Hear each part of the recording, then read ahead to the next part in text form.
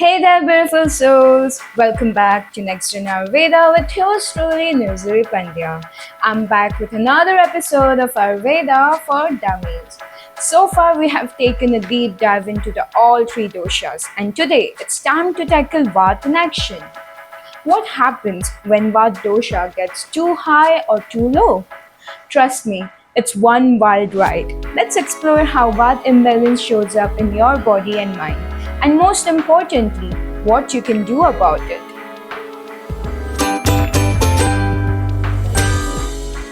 Vata dosh is the most notorious of the three, responsible for 80 types of diseases ranging from heart palpitations to hyperactivity and insomnia. Yup, you heard that right. And today I'll give you a sneak peek into a few of those. When Vata is balanced, it's all about movement, creativity, and vitality. But when Vata goes rogue, that's when the trouble begins. So, what happens when Vata increases?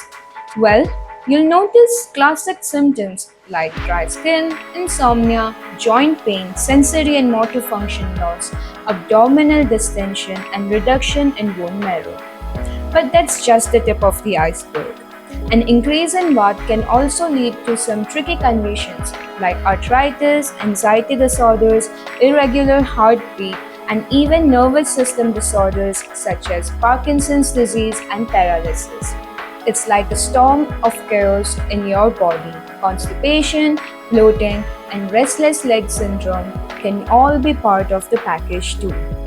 Your mind and body feel like they are racing, but without a finish line. On the flip side, if Vata decreases or weakens, Vata Kshay, you will feel quite the opposite. Imagine feeling heavy, sluggish, and unmotivated. You might experience a loss of creativity, low energy levels, and poor circulation. Diseases like chronic fatigue syndrome, depression, and even hypothyroidism can arise when Vata is too low. You may feel bloated or face muscle stiffness, and mentally things might get a little bit foggy. Alright, now for the good stuff.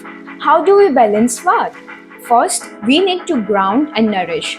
Think warm, oily, and stabilizing routines.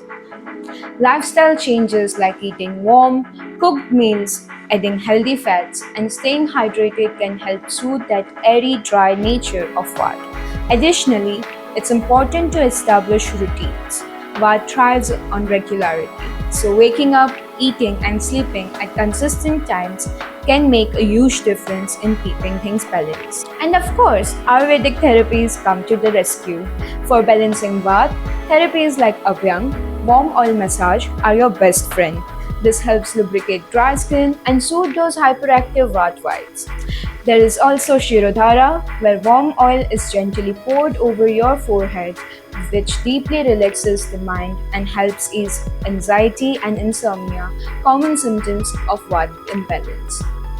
Another powerful therapy is Basti, a medicated enema that's considered the Ardha Chikitsa or half of the treatment for Vata disorder. It's so effective because the colon is the primary seat of Vata in the body. By cleansing and nourishing the colon, Basti can alleviate digestive issues like constipation and even more complex conditions like neurological problems such as sciatica. In Ayurveda, Basti plays a crucial role in the rebalancing of Vata and promoting overall health. Remember, balancing Vata is all about creating stability and routine in your life, whether it's through food, daily habits, or Ayurvedic therapies. Small changes can lead to big improvements in your health. That's it for today, folks. Don't forget to give this video a thumbs up, subscribe, and hit the bell icon to get more easy to understand insights on Ayurveda. See you in the next episode. Jai Dhanvantari.